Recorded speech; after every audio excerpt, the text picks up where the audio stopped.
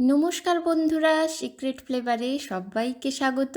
আজ চলে এসেছি খুবই সহজ একটি ডিনার রেসিপি নিয়ে। ধরুন যেদিন হাতে কম সময় রয়েছে কিংবা রান্না করার ইচ্ছে নেই, সেই দিন এই রেসিপিটি অবশ্যই বানিয়ে দেখবেন। বাড়িতে থাকা সামান্য কয়েকটি উপকরণ দিয়ে মাত্র 10 মিনিটে এটি তৈরি করে ফেলা যায়, আর খেতেও দুর্দান্ত হয়। আজ বানাচ্ছি পনির ভুর্জি। এটা ব্রেকফাস্ট কিংবা ডিনারে রুটি, পরোটা, নান সব কিছুর সাথেই খেতে দুর্দান্ত লাগে। তো চলুন বানিয়ে নেওয়া যাক। প্রথমেই আমি এখানে কিছু সবজিকে ছোট ছোট করে কেটে নিয়েছি। সবই অল্প অল্প করেই কেটে রেখেছি। এখানে আছে 1 পিস টমেটো, 4 পিস কাঁচা লঙ্কা, 2টো পেঁয়াজ, একটা ক্যাপসিকাম আর সামান্য ধনেপাতা। এবার পনিরটাকে গ্রেট করে নেব। এখানে 250 গ্রাম পনির আমি নিয়েছি।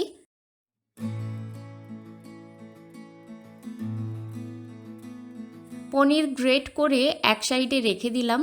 এবার গ্যাস অন করে একটা কড়াই বসিয়ে ওর মধ্যে দিয়ে দিলাম 1 চামচ মতো সাদা তেল আর কিছুটা বাটার। বাটারটা গলে গিয়েছে। এখন এর মধ্যে দিয়ে দিলাম একেবারে সামান্য গোটা জিরে। জিরেটা ভাজা হয়ে গেলে দিয়ে দিতে হবে এখানে কুচনো পেঁয়াজ।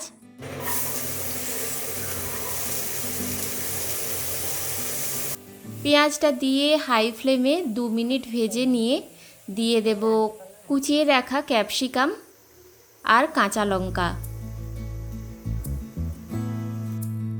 1 মিনিট মতো ভেজে নেব। তারপর দেব টমেটো।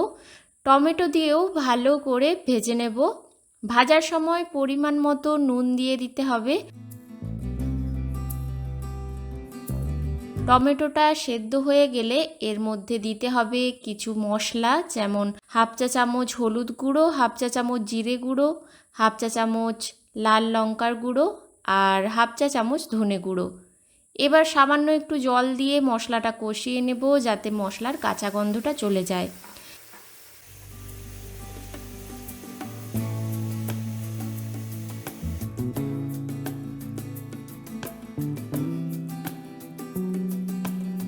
মশলা কষানো হয়ে গেলে দিয়ে দিতে হবে গ্রেট করে রাখা পনির।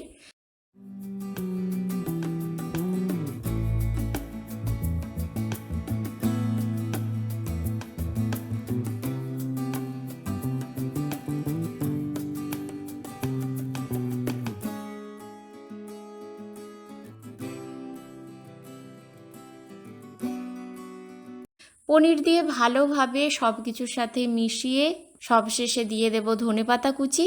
দিয়ে ভালোভাবে মিশিয়ে নিলেই তৈরি গরমা গরম পনির ভুর্জি।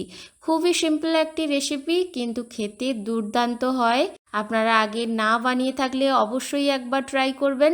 এত ইজি এটা বানানো, আর কম সময়ে এত টেস্টি একটি রেসিপি যে বানিয়ে একবার যে খাবে সে আবার বানাবে। আমি বলছি আপনাকে, আপনিও অবশ্যই বানাবেন বাড়িতে।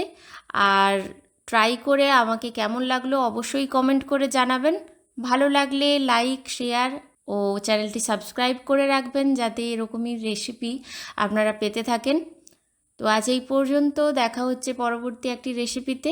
ততক্ষণ সবাই খুব ভালো থাকবেন, সুস্থ থাকবেন, সাবধানে থাকবেন। ধন্যবাদ।